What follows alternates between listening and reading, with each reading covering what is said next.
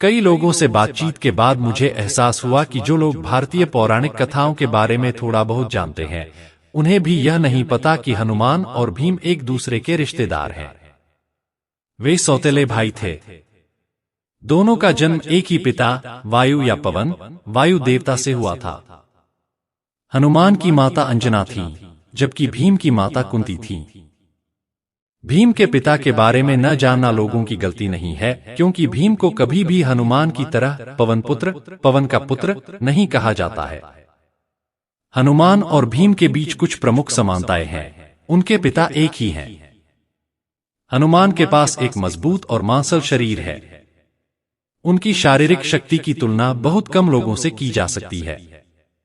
रामायण में यह भी कहा गया है कि कई बार हनुमान को खुद अपनी ताकत का एहसास नहीं होता और उन्हें इसके बारे में याद दिलाने की जरूरत होती है।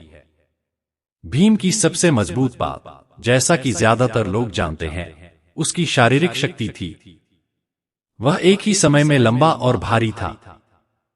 हनुमान की तरह बहुत कम लोग भीम की ताकत का मुकाबला कर सकते थे।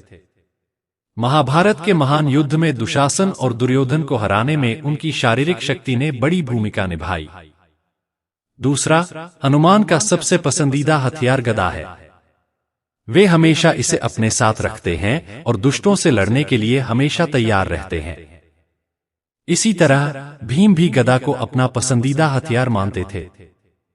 हनुमान और भीम दोनों ने रामायण और महाभारत दोनों में अंतिम युद्ध में इस हथियार का भरपूर इस्तेमाल किया था।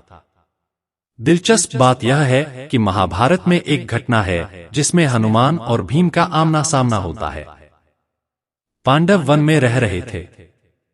उस समय एक दिन 1000 पंखुड़ियों वाला कमल का फूल हवा में उड़कर द्रौपदी के चरणों में गिरा।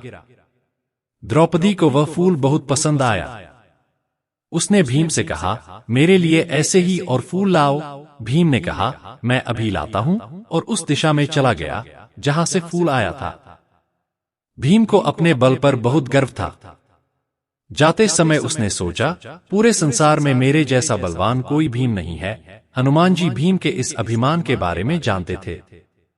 उन्हें भीम से बहुत लगाव था। वे भीम को अपना छोटा भाई मानते थे।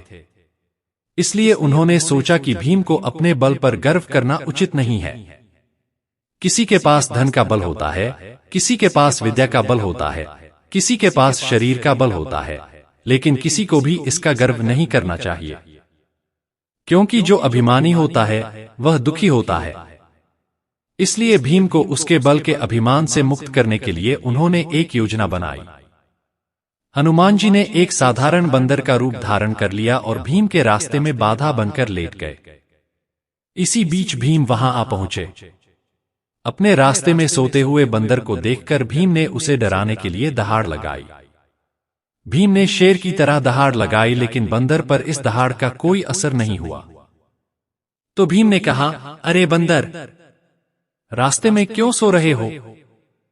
हट जाओ। हनुमान ने कहा, मैं क्या कर सकता हूं? मेरी तबीयत ठीक नहीं है। क्या तुम जानते हो मैं कौन हूं? भीम ने पूछा। मैं भीम हूं। अपनी पूंछ हटा लो, नहीं तो मैं इसे पैरों तले कुचल दूंगा, भीम ने गर्व से कहा। हनुमान ने नम्रता से कहा, अरे, क्या आप स्वयं भीमसेन हैं? तो क्या आप मेरी पूंछ उठाकर एक तरफ रख देंगे? मैं क्या कर सकता हूं? मैं इसे एक तरफ रखने के लिए बहुत कमजोर हूं। क्या तुम यह कहना चाहते हो कि मैं तुम्हारी गंदी पूंछ छू लूं? भीम ने कहा और मुस्कुराते हुए आगे कहा, जैसे ही मैं तुम्हारी पूंछ छूंगा, वह 4 टुकड़ों में टूट जाएगी और तुम बहुत दूर फेंक दिए जाओगे। हनुमान ने उत्तर दिया, यदि ऐसा है तो मैं तुम पर आरोप नहीं लगाऊंगा। तुम मुझ पर आरोप लगाने के लिए स्वतंत्र हो, मुझे कोई आपत्ति नहीं है। भीम ने कहा। भीम उसे 1 इंच भी ऊपर नहीं उठा पाए। उन्होंने उसे दोनों हाथों से पकड़ लिया, फिर भी वह नहीं हिला। भीम ने बार बार कोशिश की। उन्होंने अपनी पूरी ताकत से ऐसा व्यर्थ प्रयास किया कि ऐसा लगा जैसे उनकी आंखें अपनी कोटर से हटकर माथे पर चली गई हों। उनका चेहरा लाल हो गया, लेकिन पूंछ हिली या खिसकी नहीं। भीम को बहुत शर्म आई। अब वे सोचने लगे, ऐसा बल तो बंदर में हो ही नहीं सकता, तभी तो यह व्यक्ति कोई महान व्यक्ति प्रतीत हो रहा है। क्या ये राम भक्त हनुमान जी हो सकते हैं? भीम ने बड़ी विनम्रता से कहा, मानो या न मानो, लेकिन आप तो हनुमान जी ही हैं। हनुमान जी तुरंत उछलकर खड़े हो गए और अपने वास्तविक रूप में आ गए। भीम ने उन्हें प्रणाम किया। हनुमान जी बोले, तुम मेरे छोटे भाई हो, तुम्हें अपने बल पर बहुत अभिमान है। इस मिथ्या अभिमान को दूर करने के लिए ही मुझे तुम्हें यह अद्भुत चमत्कार दिखाना पड़ा। अब बताओ, क्या तुम्हें अब अपने बल पर अभिमान रहेगा? भीम का अभिमान अब दूर हो चुका था। वे बोले, आपकी कृपा से मेरा अभिमान दूर हो गया। इसके बाद हनुमान जी अंतर्धान हो गए। भीम को कमल के फूल वाला सरोवर मिल गया। उन्होंने बहुत से फूल एकत्र किए और वापस लौट आए। भीम और हनुमान में बहुत अंतर है। भीम को अभिमान हो जाता है, हनुमान में अभिमान त्यागने की क्षमता है। हनुमान समुद्र लांघ कर लंका पहुंच गए। वहां उन्होंने रावण की अशोक वाटिका को रेगिस्तान बना दिया और पूरे शहर में आग लगा दी।